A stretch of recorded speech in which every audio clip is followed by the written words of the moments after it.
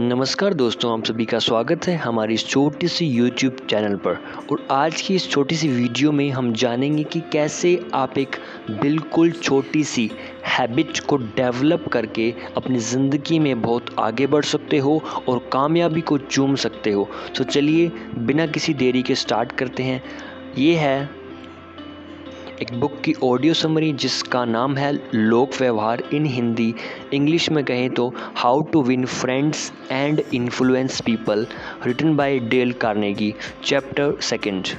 इस चैप्टर का नाम है सच्ची तारीफ़ करें और कामयाबी को चूमें। यानी कि जब हम इस हेडिंग को ही अगर समझ लेते हैं कि सच्ची तारीफ़ करनी है हमें और कामयाबी को आप इजीली चूम सकते हो। तो राइटर यहाँ पर कहते हैं, अगर आपको नींद नहीं आ रही है तो उठो और कुछ काम करो, बजाय लेटे रहने और चिंता करने के। नींद की कमी नहीं, चिंता आपको नुकसान पहुंचाती है। यानी कि अगर आप कम नींद लोगे उससे कोई ज़्यादा नुकसान नहीं होगा, बल्कि जो एंग्जाइटी, जो चिंता आप कर रहे हो ना, उससे आपको इन कंपैरिजन ज़्यादा नुकसान होगा। अमेरिकी लेखक सिगमंड फ्राइड ने कहा था, किसी भी कार्य को करने के पीछे आदमी की ना दो मूल इच्छाएं होती है। पहली, महान बनने की अभिलाषा कि वो उस काम को करेगा तो महानता उसे प्राप्त होगी। दूसरी होती है सेक्स की आकांक्षा, जो कि ह्यूमन नेचर या साइकोलॉजी का बहुत बड़ा पार्ट है। यानी हमारी बॉडी की आवश्यकता होती है, बॉडी कॉन्शियसनेस।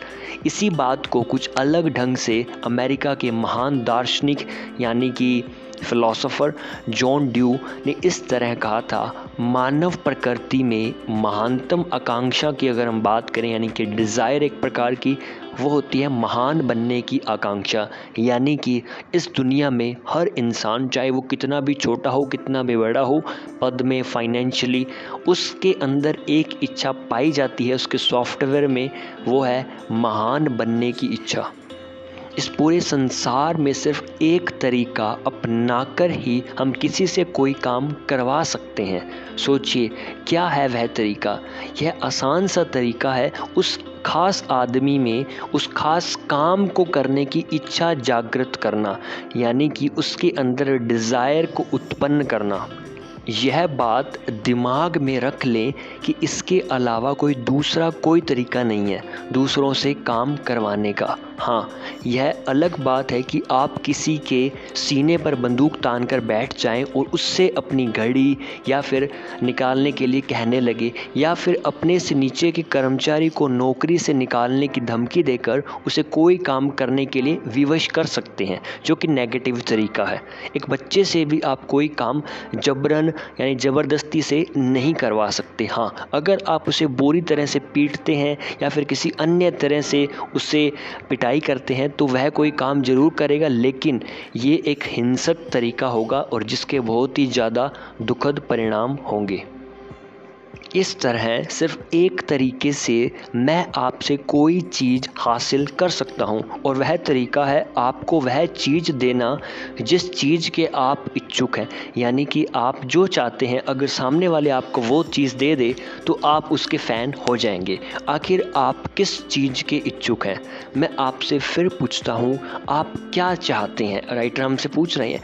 वैसे तो हम 20 चीज़ें चाहते हैं, लेकिन बहुत कम चीज़ें ऐसी होती है जिन्हें हम इतनी आतुरता से चाहते हैं कि उनके बिना हमारा जीवन जीना ही असंभव हो जाता है। अधिकतर लोग निम्नलिखित चीज़ों के इच्छुक होते हैं, जैसे कि अच्छा भोजन, भरपूर नींद, बालकों का बेहतर मुस्तकबिल और उनके जीवन का कल्याण, यानी कि उनके जीवन को अच्छा बनाया जा सके, इस प्रकार की इच्छाएं। महत्व की दृढ़ इच्छा, ठीक है। उसके बाद अच्छा स्वास्थ्य और जीवन का पूरा संरक्षण, यानी एक प्रकार की सिक्योरिटी, परलोक का सुधार, या फिर सेक्स की आत्मसंतुष्टि, या फिर लास्ट में इतना पैसा कि हम अपनी इच्छाएं पूरी कर सकें, यानी कि मटेरियलिज्म जो है उसके टॉप पर पहुंच सकें। ऊपर लिखी लगभग सारी आकांक्षाएं तो पूरी हो जाती है, सिर्फ एक को छोड़कर, और वह आकांक्षा अन्य आकांक्षाओं से भी ज़्यादा दृढ़ होती है और वह आकांक्षा बढ़ती ही रहती है, कभी संतुष्ट यानी कि सेटिस्फाई नहीं होती, और वह आकांक्षा है महत्व की दृढ़ इच्छा। यानी कि इम्पोर्टेंस, कि लोग आपको इम्पोर्टेंस दें, वो सबसे ज़्यादा दृढ़ इच्छा हर इंसान में साइकोलॉजिकली पाई जाती है। अगर आप इसे पूरा कर दें तो आप के जो फॉलोवर्स हैं इस दुनिया में वो मिलियंस बिलियंस के अंदर हो जाएंगे। आगे चलते हैं। एक बार अब्राहम लिंकन ने अपने एक पत्र की शुरुआत इस तरह की थी, हर किसी को अपनी तारीफ अच्छी ही लगती है। विलियम जेम्स ने इस बात को कुछ इस तरह कहा था, हर आदमी मन की गहराई से यही चाहता है कि उसे तारीफ मिले, उसे सराहा जाए। ठीक है, इस बात का भी तो कोई अर्थ हुआ। तो जो बात फ्राइड ज़ोयोन डुई ने कही थी, अन्य सारी दबी इच्छाओं को शांत हो जाती है, सिर्फ यही एक ऐसी मानवीय भूख है जो स्थायी है, यानी कि स्टेबल है। और वह दुर्लभ आदमी जो लोगों की इस तारीफ की भूख को संतुष्ट करने में सफल हो जाता है, लोग पूर्ण रूप से उसकी मुट्ठी में बंद हो जाते हैं, यानी कि उसके नेटवर्क में शामिल हो जाते हैं। दूसरे लोग उससे इतना प्रेम करने लगेंगे कि उसके शव को दफनाने वाले तक उसकी जो मौत है ना, उस पर भी शोक मनाएंगे। यही तो मुख्य अंतर होता है इंसानों और जानवरों में। यह उस समय की बात है जब मैं मिसूरी के फार्म पर काम करता था तथा मेरे पिताजी बढ़िया नस्ल के शानदार जो होते हैं ड्यूरॉक जर्सी सूअरों और वह मवेशियों को ले जाया करते थे। हमें अनेक बार प्रथम पुरस्कार मिल चुके थे। मेरे पिताजी ने गर्व से सफ़ेद मलमल के कपड़े पर नीले रिबन लगा रखे थे वहाँ पर। ठीक है, जब भी कोई हमारे घर में आता था तो मेरे पिताजी बड़े गर्व से उस मलमल के टुकड़े को उसे दिखाते थे। एक छोर को मेरे पिताजी पकड़ते थे और दूसरे छोर को मैं। सोचिए, क्या सूअरों को अपने द्वारा जीते गए रिबन्स की कोई जानकारी थी? नहीं, वह इस बात की कोई परवाह करते नहीं थे, संभवतः नहीं करते थे क्योंकि वो उनके पास दिमाग नहीं है। वह पुरस्कार तो मेरे पिताजी को महत्वपूर्ण यानी कि इम्पोर्टेंट होने का एहसास कराते थे, जिससे उनकी छाती जो थी वो गर्व से चौड़ी हो जाती थी। यह महत्वपूर्ण आकांक्षा तो हमारे पूर्वजों के समय से ही चली आ रही है। यदि उनमें महानता की दृढ़ इच्छा ना होती तो संभवतः सभ्यता का विकास ही नहीं हुआ होता और आज हम भी जानवरों की ही भांति नग्न अवस्था में घूम रहे होते।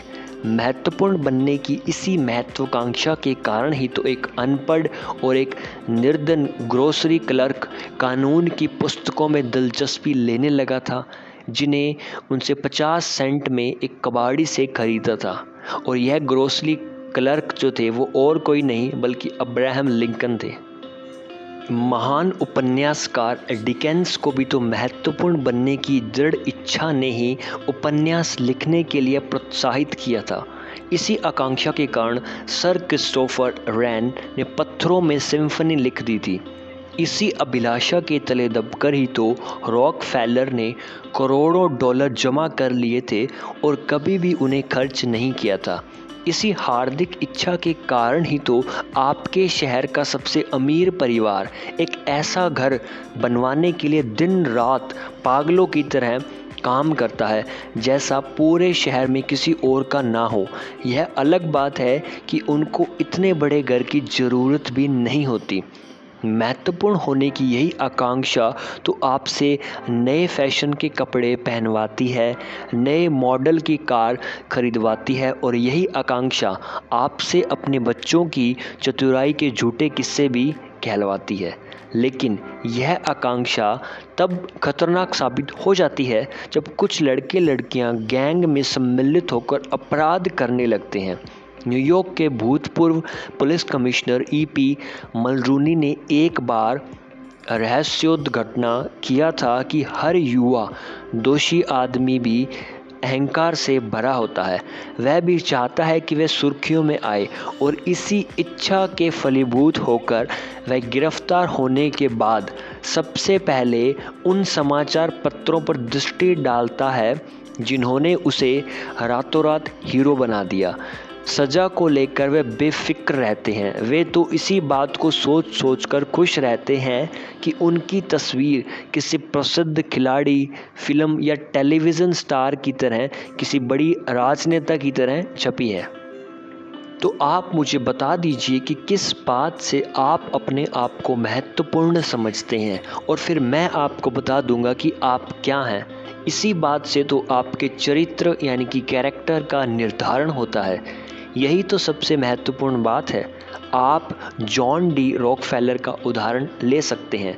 मेरा बहुत ही फेवरेट है ये पर्सन, क्योंकि इनका एक कोट है जो कि आप सभी को पता होगा कि स्कैम 1992 एक ऐसा कुछ वेब सीरीज़ आई थी, तो उसके अंदर एक जॉन डी रॉकफेलर का एक डायलॉग उन्होंने बताया था कि my favourite dialogue, don't be afraid to give up the good to go for the great. जिसने मेरी लाइफ को बहुत ही हद तक चेंज किया है, डिसीजंस लेने में इसने बहुत सहायता की है। हो सकता है आपको भी कुछ फ़ायदा करे। तो चलते हैं आगे। जॉन डी ने चीन पीकिंग शहर में एक हॉस्पिटल का निर्माण करवाने के लिए करोड़ों डॉलर का दान देने में ही महत्वपूर्ण होने की अनुभूति होती थी। यानी कि आप पैसा दोगे तो आपको लगेगा कि यार मैंने बहुत बड़ा काम किया, तो वहाँ पर कहीं ना कहीं आपका नाम लिखा हुआ, तो आप ऐसा लगेगा आपको कि you are important person.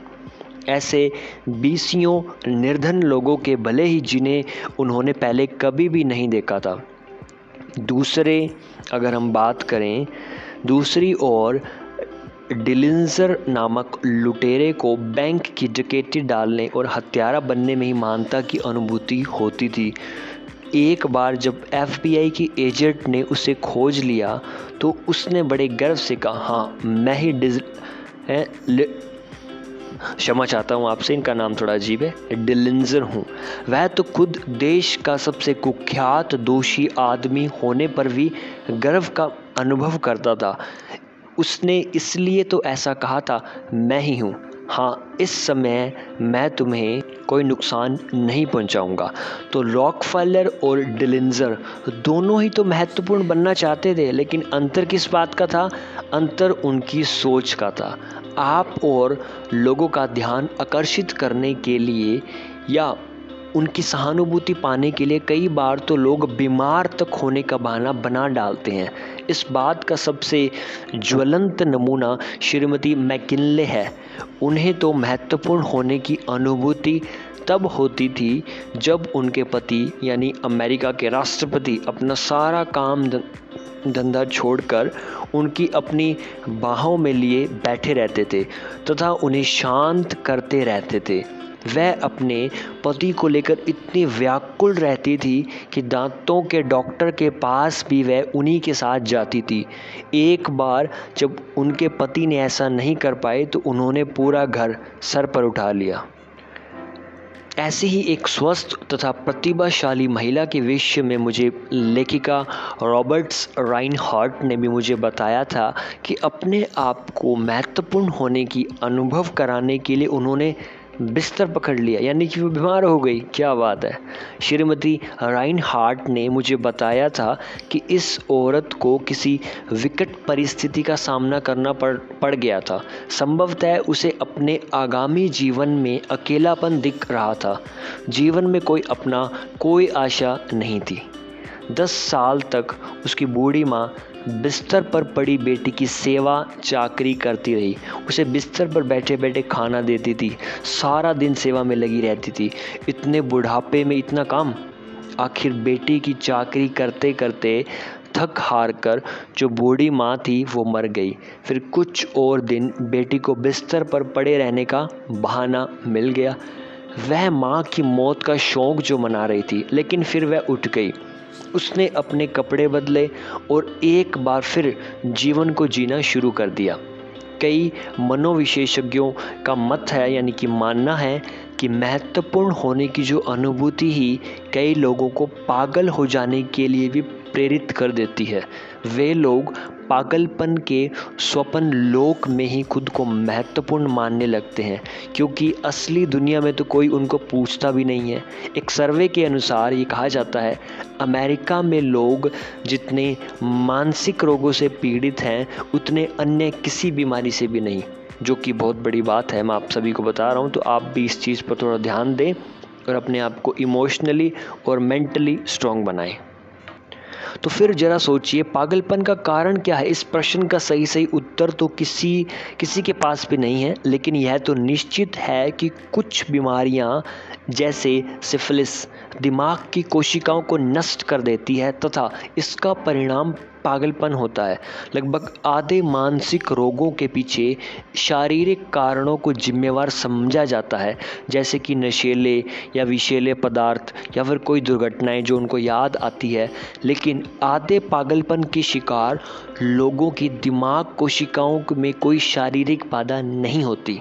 Postmortem परीक्षणों में जब मृत लोगों के दिमागी जो टिश्यूज़ हैं उनको देखा तो वह उतने ही स्वस्थ दिख रहे थे जितने कि किसी आम आदमी के होते हैं। तो फिर यह पागलपन का शिकार क्यों होते हैं? मैं इस सवाल का उत्तर जानने के लिए बहुत उत्सुक था, इसलिए मैं एक ऐसे मनोचिकित्सक यानी कि साइकोलॉजिस्ट के पास गया जिसे अनेक पुरस्कार और सम्मान मिल चुके थे, लेकिन उसने भी साफ कह दिया, लेकिन यह भी सच है कि कई पागलपन की अवस्था में उस महत्व का अनुभव करते हैं जो उन्हें असली दुनिया में प्राप्त नहीं होता। इस विख्यात मनोचिकित्सक ने मुझे यह कहानी सुनाई। मेरी एक ऐसी महिला रोगी है जिसकी शादी का अंत बहुत दुखद हुआ था। वह जीवन में प्रेम, शारीरिक संतुष्टि, सामाजिक प्रतिष्ठा, बच्चे, बढ़िया रहन सहन सब कुछ पाना चाहती थी, लेकिन जीवन उसकी आशाओं के अनुरूप नहीं चल रहा था। उसका पति उसके साथ भोजन करना भी पसंद नहीं करता था। उसकी कोई संतान भी नहीं थी और सामाजिक प्रतिष्ठा भी नहीं थी। इस बात से उसके दिल को इतना गहरा सदमा पहुंचा कि वह पागल हो गई तथा अपनी कल्पना में ही उसने अपने पति को तलाक भी दे दिया और अपने आप को कुंवारी समझने लगी। वह विश्वास करने लगी कि अब वह एक अमीर आदमी की बीवी बन चुकी है और फिर वह इस बात पर जोर देने लगी थी कि उसे लोग लेडी स्मिथ कहकर पुकारें। बच्चों को लेकर तो इतनी उत्साहित थी कि वह कल्पना करती थी कि हर रात वह नए बच्चे को जन्म देती है। जब कभी भी उसे देखने जाता था तो वह कहती थी, डॉक्टर साहब, कल रात को यहाँ एक खूबसूरत बच्ची का जन्म हुआ है। जरा सोचिए, उसके सपनों का महल तो असलियत की आंधियाँ सह नहीं पाया था, लेकिन उसके पागलपन के काल्पनिक महल के सारे सपने सच हो रहे थे। तो फिर यह बात सुखद है या दुखद, मुझे नहीं पता। वैसे उस डॉक्टर ने यह भी बताया, अगर मेरे भीतर इतनी ताकत होती कि मैं उसकी सोचने समझने की शक्ति लौटा सकूं, तो भी मैं ऐसा बिल्कुल नहीं करता, क्योंकि जितनी खुशी वह आज अपनी पागलपन की अवस्था में है उतनी खुश वह पहले कभी भी नहीं थी। तो फिर हर कोई महत्व की मनोदशा को इतना महत्व देता है कि वह उसके लिए सचमुच पागल भी तो हो सकता है। तो आप सोचिए कि मैं और आप अपने आसपास के लोगों को सच्ची या फिर झूठी ही तारीफ देकर कितना महान चमत्कार कर सकते हैं, क्या वह प्राप्त नहीं कर सकते? हमें इतिहास में बीसियों उदाहरण मिल जाएंगे कि किस तरह प्रसिद्ध लोगों ने महत्वपूर्ण होने की अपनी अभिलाषा को अभिव्यक्त किया था। जॉर्ज वॉशिंगटन चाहते थे कि सब उन्हें his mightiness the president of United states के नाम से पुकारें। कोलंबस चाहते थे कि लोग उन्हें admiral of the ocean and viceroy of India कहें। कैथरीन महान तो उन पत्रों को हाथ भी नहीं लगाती थी जिन पर हर इम्पेरियल मैजेस्टी नहीं लिखा होता था। श्रीमती लिंकन तो व्हाइट हाउस में श्रीमती ग्रांट पर बहुत ज़ोर से दहाड़ती थी, तुम्हारी इतनी ज़रूरत कि तुम मेरी अनुमति के बिना मेरे सामने बैठ जाओ। सन 1928 में हमारे देश के रईसों ने एडमिरल बर्ड के अंटार्कटिका अभियान के लिए इस शर्त पर धन दिया था कि बर्फीले पर्वतों की श्रेणियों के नाम उनके नाम पर रखे जाएं। महान लेखक शेक्सपियर भी अपने परिवार के लिए कोट ऑफ आर्म्स प्राप्त करके अपने नाम को और भी अधिक महत्वपूर्ण बनाना चाहते थे। महान लेखक विक्टर ह्यूगो की हार्दिक इच्छा थी कि पेरिस शहर का नामकरण उनके नाम पर किया जाए। यह बात उस समय की है जब आयकर नहीं हुआ करता था तथा $50 साप्ताहिक कमाने वाला आदमी बहुत रईस समझा जाता था। चार्ल्स श्वाब अमेरिकी कारोबार से जुड़ा था। फिर एंड्रू कार्नेगी ने उन्हें सन 1921 में यूनाइटेड स्टेट्स स्टील कंपनी के पहले प्रेसिडेंट के रूप में नियुक्त कर लिया था और उस समय श्वाब सिर्फ 38 साल के थे। बाद में श्वाब यूएस स्टील को छोड़कर कठिनाई में फंसी वैथहम स्टील कंपनी के प्रेसिडेंट बन गए थे तथा उन्होंने इसे अमेरिका की सबसे फायदेमंद कंपनियों में शुमार कर दिया था। अब आप सोचिए, एंड्रू कार्नेगी ने चार्ल्स श्वाब को वार्षिक $10 लाख या $30,000 प्रतिदिन से अधिक मेहनताना क्यों दिया था? क्या इसलिए कि श्वाब का दिमाग बहुत तेज था या फिर इसलिए कि वह इस स्टील उद्योग के सबसे बड़े दिग्गज थे? लेकिन ऐसा बिल्कुल भी नहीं था। खुद चार्ल्स श्वाब का मत था यानी मानना था कि उसके नीचे काम करने वाले कई कर्मचारी स्टील बनाने के बारे में उनसे ज़्यादा अधिक जानकारी रखते हैं। श्वाब कहते थे उन्हें इतना अधिक मेहनताना मिलने का सबसे बड़ा कारण था कि वह लोगों के साथ व्यवहार करने की कला में पारंगत थे। उन्होंने अपनी इस व्यवहार कुशलता का रहस्य मुझे बताया था। ऐसे शब्द जो हर किसी की जुबान पर होने चाहिए। हर दुकान, हर दफ्तर, हर विद्यालय में इन शब्दों को टंगवा देना चाहिए। ऐसे शब्द जो बच्चों को जवानी में याद होने चाहिए, बजाय उस लैटिन ग्रामर या ब्राज़ील की वार्षिक वर्षा की माला को कंठस्थ करने के, जो कभी उनके जीवन में काम नहीं आएगी। लेकिन ये शब्द सदैव ही आपके जीवन में काम आएंगे। ये शब्द हैं अमूल्य शब्द। मुझे ज्ञात है कि मेरा सबसे बड़ा धन अपने कर्मचारियों का उत्साहवर्धन करने की कला है और मैं प्रशंसा तथा प्रोत्साहन के द्वारा लोगों से सर्वश्रेष्ठ प्रदर्शन करवा लेता हूँ। ये लाइन को आप समझें, दोबारा सुनिए। मुझे ज्ञात है कि मेरा सबसे बड़ा धन अपने कर्मचारियों का उत्साहवर्धन करने की कला है और मैं प्रशंसा तथा प्रोत्साहन के द्वारा लोगों से सर्वश्रेष्ठ प्रदर्शन करवा लेता हूँ। कोई भी बात किसी भी आदमी की आकांक्षाओं पर इतनी बुरी तरह आघात नहीं करती जितनी कि वरिष्ठ लोगों की आलोचना। मैं कभी भी किसी की आलोचना करने की भूल नहीं करता। मैं तो बस लोगों को प्रोत्साहित करने में लगा रहता हूँ ताकि उन्हें काम करने की प्रेरणा मिलती रहे। साथ ही तारीफ़ करने में लगा रहता हूँ और गलतियाँ निकालने में कंजूसी कर जाता हूँ। अगर मुझे कोई बात पसंद आती है तो मैं मन से तारीफ़ों के पुल बांध देता हूँ और मुक्त कंठ से उसकी तारीफ़ करने में जुट जाता हूँ। श्वाब तो यह करते थे, लेकिन एक सामान्य आदमी क्या करता है? इसके एकदम विपरीत। अपने कर्मचारियों की कोई बात पसंद ना आने पर उन पर टूट पड़ते हैं और अगर उन्हें कोई बात पसंद नहीं आती तो वे भी कुछ नहीं करते।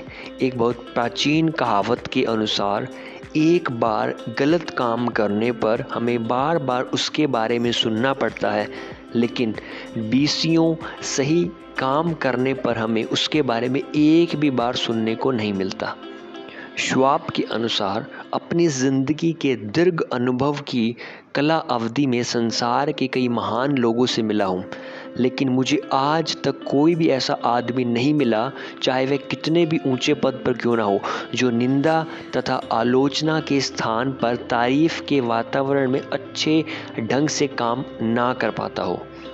यही तो एंड्रू कार्नेगी की कामयाबी का रहस्य था। कार्नेगी सदैव ही अपने सहयोगियों की सार्वजनिक तौर पर और अकेले में खूब तारीफ किया करते थे। अपनी कब्र के पत्थर पर भी कार्नेगी ने अपने कर्मचारियों की तारीफ की थी। खुद के लिए उन्होंने एक स्मृति पत्र लिखा था, जहाँ पर वह आदमी सोया पड़ा है यहाँ पर वह आदमी सोया पड़ा है जिसे ज्ञात था कि अपने से चतुर लोगों को अपने आसपास कैसे इकट्ठा किया जा सकता है। इस सच्ची तारीफ के कारण ही तो जॉन रॉकफेलर इतनी कामयाबी हासिल कर पाए थे। एक बार उनके सहयोगी एडवर्ड टी बेनफोर्ड के कारण दक्षिण अमेरिका में एक ठेके में उनकी कंपनी को 40% नुकसान हुआ और इसके लिए रॉकफेलर उनकी आलोचना कर सकते थे, लेकिन वह जानते थे कि बेलफोर्ड ने अपनी तरफ से तो पूरी कोशिश की थी और वैसे भी नुकसान तो अब हो ही चुका था। इसीलिए रॉकफेलर उन्हें बधाई देने के अवसर ढूंढने लगे। उन्होंने बेलफोर्ड को बधाई दी कि उन्होंने निवेश की 60% रकम डूबने से बचा ली। रॉकफेलर ने कहा, यह तो बहुत बढ़िया रहा, हम सदैव ही अपने दिमाग का इतना अच्छा उपयोग नहीं कर पाते। अब मैं आपको एक काल्पनिक कहानी सुना रहा हूँ, लेकिन इसमें बहुत सी सच्चाई छिपी है और यही कारण है कि मैं यह कहानी इस पुस्तक में लिख रहा हूँ। एक अनपढ़ महिला ने पूरे दिन की जी तोड़ मेहनत के बाद अपने परिवारजनों के सामने भोजन के स्थान पर भूसे का ऊंचा ढेर रख दिया। पति और बच्चे द्वारा इस विचित्र बर्ताव का कारण पूछने पर उस औरत ने उत्तर दिया, मैं तो सोचती थी तुम्हारा ध्यान इस ओर कभी जाता ही नहीं है कि तुम्हारे सामने भूसा रखा जाए या फिर खाना। मैं 20 वर्षों से तुम सबके लिए खाना बनाती आ रही हूँ, लेकिन तुम लोगों ने मुझे कभी भी यह नहीं बताया कि तुम लोग भूसा तो नहीं खा रहे। यानी कि साधारण सा मतलब है कि उसकी कभी तारीफ किसी ने की ही नहीं। अभी भी कुछ ही समय पहले यह शोध किया गया कि पत्नियां जो हैं घर छोड़कर क्यों भाग जाती हैं। क्या आप जानते हैं इसका मुख्य कारण होता है तारीफ की कमी। बिल्कुल सही सुना, तारीफ की कमी के कारण ऐसा होता है। यही बात घर गृहस्थी छोड़कर भागने वाले पतियों पर भी लागू होती है। लगभग हर एक पति पत्नी अपने पार्टनर को यह बताने में बहुत कंजूसी दिखाते हैं कि वे एक दूसरे के पर्याय में एक के बिना दूसरा अधूरा है, ये बात को एक्सप्रेस नहीं कर पाते। एक बार मेरी कक्षा के एक सदस्य ने अपनी ज़िंदगी की एक घटना सुनाई जिसमें उसकी पत्नी ने उससे एक अनुरोध किया था। उसकी पत्नी और दूसरी महिलाएं एक आत्म सुधार कार्यक्रम में सम्मिलित होने के लिए गिरिजाघर गई। एक दिन उस पत्नी ने अपने पति से अनुरोध किया कि वह उसे ऐसी 6 कमियां बता दे जिन्हें सुधार कर वह अच्छी पत्नी बन जाए। उसका पति तो यह सुनकर चकित हो गया। उसने भरी कक्षा के सामने कहा, मुझे यह अनुरोध सुनकर बहुत हैरानी हुई। वैसे तो मैं बड़ी आसानी से 600 कमियां की सूची आपके लिए तैयार कर सकता हूं जिनमें सुधार की ज़रूरत थी, लेकिन मैंने ऐसा नहीं किया।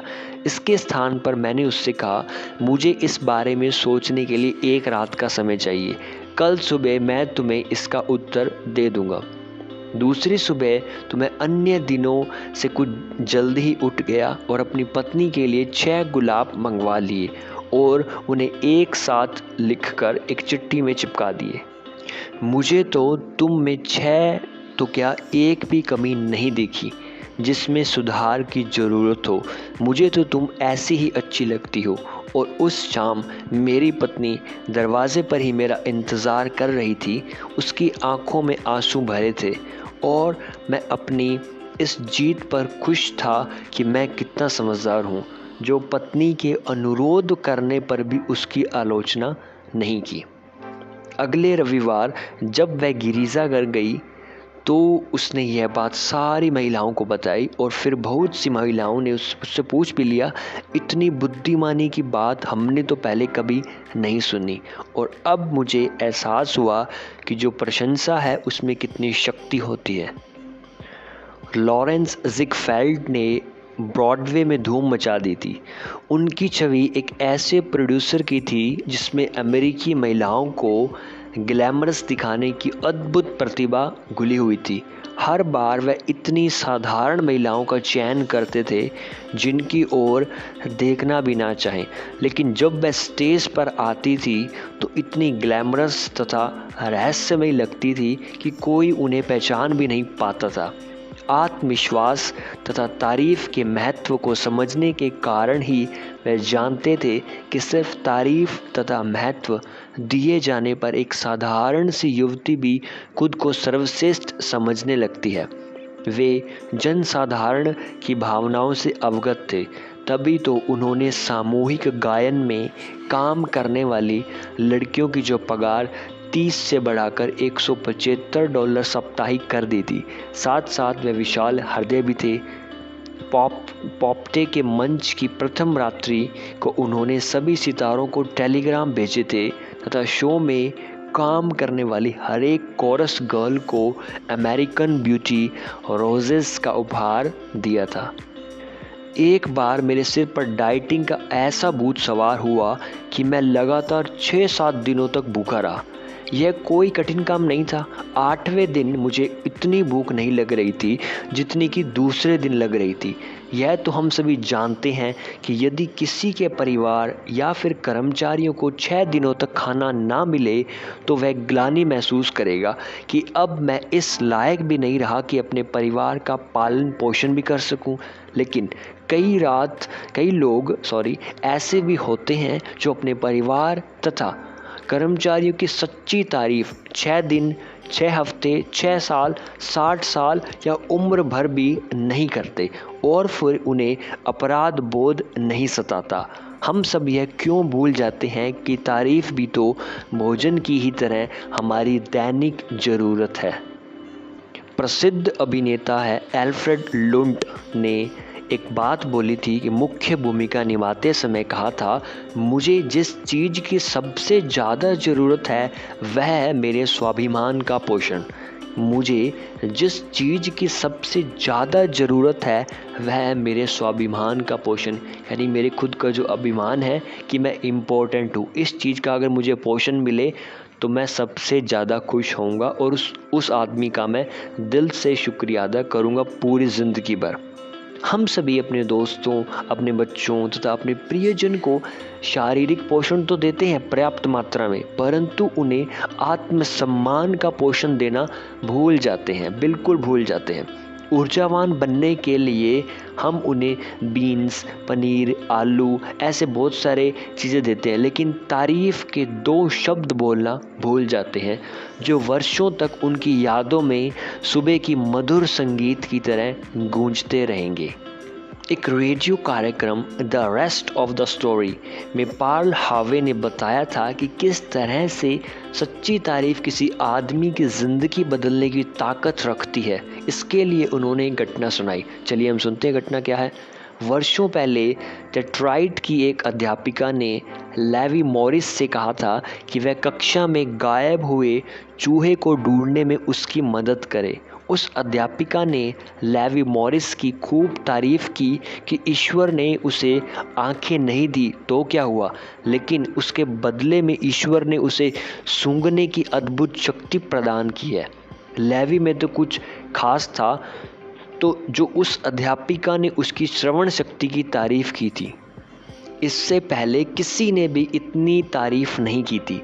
वर्षों बाद लेवी अब यह बात मानती है कि वह तारीफ के 2 शब्द उनके जीवन में मील के पत्थर साबित हुए। उस घटना के पश्चात तो उन्होंने अपनी श्रवण शक्ति को चमत्कारी रूप से विकसित कर लिया और फिर लेवी वंडर के स्टेज का नाम का जो चोगा पहनकर 70 के दशक के एक महान गीतकार तथा पॉप गायक बन गई। हाँ, कई पाठक बंधु मेरी इस बात से एकमत नहीं होंगे। उन्हें तो तारीफ चापलूसी, मक्खन पॉलिश करना लगती है। वह तो कहते हैं कि मैंने इनका उपयोग बहुत बार करके देख लिया है। समझदार लोग तो इससे और भी ज़्यादा चिढ़ जाते हैं।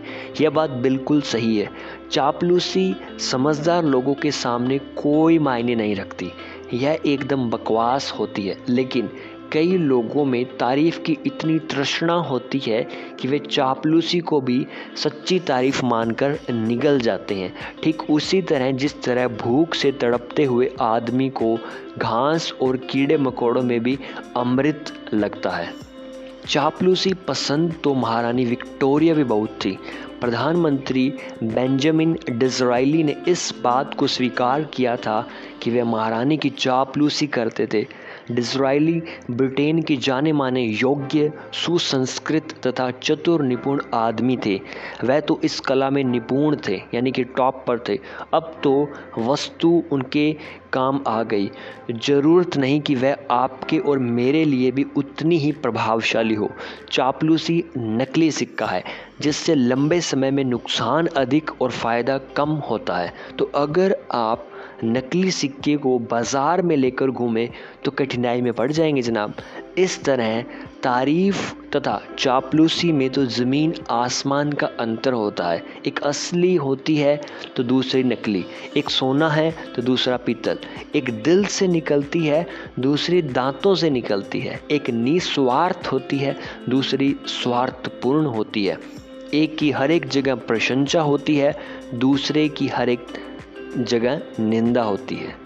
अभी कुछ ही दिनों पहले मैंने मैक्सिको सिटी के एक पैलेस में मैक्सिकन हीरो जनरल अलावरो की प्रतिमा देखी। उसी प्रतिमा के नीचे जनरल ऑर्गेबॉन की फ़िलॉसफ़ी के अमूल शब्द लिखे हुए थे।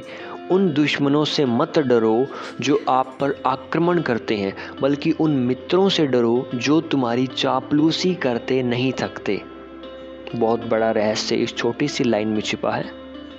इसीलिए मैं आपसे नहीं कह रहा कि आप भी चापलूसी करें। मैं तो आपसे एक अलग ही बात कर रहा हूँ। मैं आपसे एक नया जीवन शुरू करने के लिए बोल रहा हूँ। बकिंगम पैलेस की अपनी स्टडी की दीवार पर सम्राट जॉर्ज पंचम ने सूत्र वाक्य टांग रखे थे। इनमें से एक सूत्र वाक्य यह था, मुझे कोई यह सिखा दे कि मैं ना तो किसी की झूठी तारीफ़ करूं और ना ही किसी की झूठी तारीफ़ सुनने के लिए उत्सुक रहूं। चापलूसी की यही परिभाषा तो एक बार मैंने कहीं पढ़ी थी जो इस तरह थी, चापलूसी का अर्थ है सामने वाले को वही बात बताना जो वह अपने बारे में सोचता है। चलिए आगे बढ़ते हैं।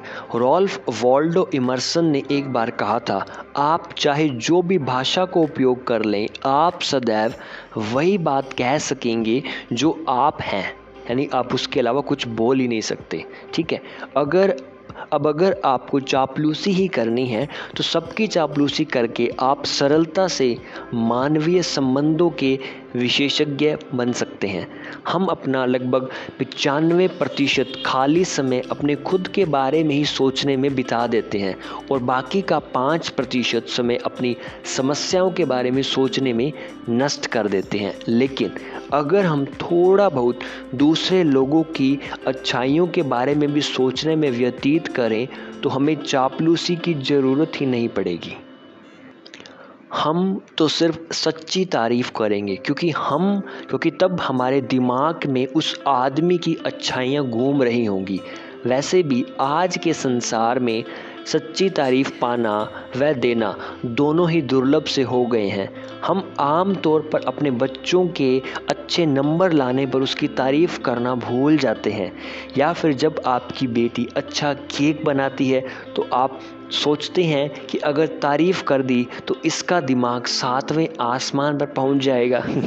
लेकिन बच्चों को इतना आनंद किसी अन्य चीज़ में नहीं आता जनाब, जितना कि अपने माता पिता द्वारा की गई तारीफ़ में आता है।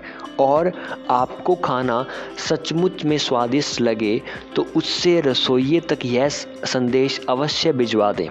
जब कोई थका हारा सेल्समैन आपके साथ बहुत शिष्टाचार से पेश आए तो उसका उल्लेख भी अवश्य करें।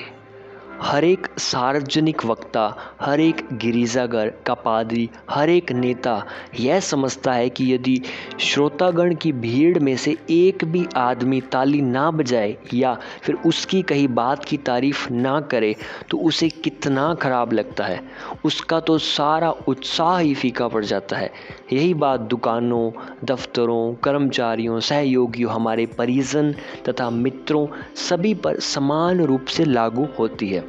हमें यह बात सदैव अपने दिमाग में रखनी चाहिए कि हमारे सारे संगी साथी मनुष्य हैं और मनुष्य को तारीफ के दो बोल जरूर चाहिए। जो उसकी सिक्का है, जो असली सिक्का है, जिसे हर कोई अपने पास संभाल कर रखना चाहता है।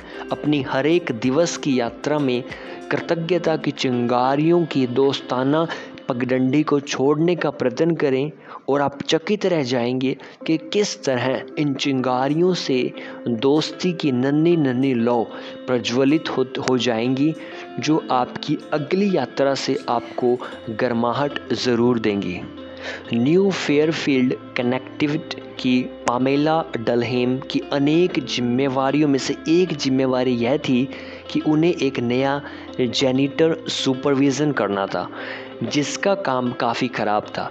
दूसरे साथी कर्मचारी उसका बहुत मजाक उड़ाया करते थे कि वह बहुत बकवास काम करता है, वह बहुत गलत बात थी, है ना, क्योंकि इस समाज के वातावरण में दुकान का बहुत सारा कीमती समय तो ऐसे ही नष्ट हो जाया करता था। पैम ने इस कर्मचारी को प्रेरित करने की बहुत कोशिश की, बहुत तरीके आजमाए, लेकिन सब निष्फल रहे। फिर उसने देखा कि कभी कभी तो वह कर्मचारी किसी काम को बहुत अच्छे ढंग से कर लिया करता था। इसीलिए पैम ने सोचा कि अब की बार वह उस कर्मचारी की तारीफ दूसरे लोगों के सामने ज़रूर करेगी। तारीफ पाकर तो वह अपना सारा काम अच्छे ढंग से करने लगा। अब सब लोग उसका सम्मान करते हैं, उसके काम को सराहते भी हैं, तो सच्ची तारीफ के परिणाम भी सक्रिय निकले, जबकि आलोचना तथा मजाक से कुछ भी हासिल नहीं हो सका। यदि आप लोगों को ठेस पहुंचाएंगे तथा उनकी निंदा करेंगे तो कभी भी सक्रिय परिणाम नहीं निकलेंगे, ना ही कुछ प्राप्त होगा। इसीलिए एक पुरानी कहावत को मैंने अपने शीशे पर चिपका कर रखा है, इस रास्ते पर मैं सिर्फ एक ही बार चलूँगा, इसलिए अगर मेरे किसी काम से किसी का भला हो सकता है तो वह अच्छा काम भी कर दूँगा। मैं इसे ना तो मुस्तकबिल के हवाले करूँगा, ना मैं अनदेखा करूँगा, क्योंकि इस पथ पर मैं दोबारा नहीं लौटूँगा। इमर्सन ने भी बहुत पते की बात कही थी, हर एक आदमी में कोई ना कोई बात ऐसी ज़रूर होती है जो मुझसे अच्छी है, मैं फ़ौरन ही वह बात सीख लेता हूँ। अब अगर वह बात इमर्सन के बारे में उपयोगी है तो हमारे और आप सबके बारे में तो 1000 गुना अधिक उपयोगी होगी। हमें सिर्फ अपनी ही उपलब्धियां तथा इच्छाओं के बारे में सोचना छोड़ देना चाहिए। हमें चापलूसी को भी भूल जाना चाहिए। खुले दिल से तारीफ करनी चाहिए, ऐफ मुक्त भाव से गले लगाना व प्रशंसा करनी चाहिए। ऐसा करने से आप पाएंगे कि लोग आपके मूल्यवान शब्दों को अपनी स्मृतियों की तिजोरी में पूरे ध्यान से संजो कर रखेंगे और जीवन भर उन्हें कंठस्थ करते रहेंगे। फिर जो कुछ आपने कहा था वह आप तो भूल जाएंगे, लेकिन जिससे कहा था वह कभी नहीं भूल पाएगा। आप उत्साहित होने का नाटक कीजिए और आप उत्साहित हो जाएंगे। तो जनाब, ये थी हमारे छोटा सा चैप्टर, जिसके अंदर हमने ये पढ़ा कि आपने हर इंसान की तारीफ़ करनी है, चाहे कितनी बदतर से बदतर सिचुएशन हो। आलोचना तो बिल्कुल भी नहीं करनी। और धन्यवाद आप सभी का सुनने के लिए। एक सभी के लिए गिफ्ट है, आपने क्या करना है, डिस्क्रिप्शन में जाना है। अगर आप अपने जीवन में पर्सनालिटी डेवलपमेंट को और डीप से जानना चाहते हो, ठीक है, उसी के साथ साथ कुछ पैसा भी कमाना चाहते हो, तो आपने मुझसे डायरेक्टली कांटेक्ट करना है, इंस्टाग्राम के थ्रू, व्हाट्सएप के थ्रू, और मैं आपको जो भी डिटेल्स है वो प्रोवाइड कराऊंगा कि कैसे आप अपनी स्टडी या जो आप प्रोफेशन में हो उसके साथ साथ अपने जो पर्सनैलिटी है उसको और बढ़ा सकते हो और पैसे को अपनी तरफ अट्रैक्ट कर सकते हो। इसी के साथ आपसे कहना चाहता हूँ कि वीडियो को लाइक ज़रूर करें ताकि मैक्सिमम लोगों तक पहुँचे, और शेयर करना बिल्कुल भी ना भूलें। अगर नए हैं तो सब्सक्राइब भी ज़रूर कर लें। धन्यवाद। जय हिंद, जय भारत।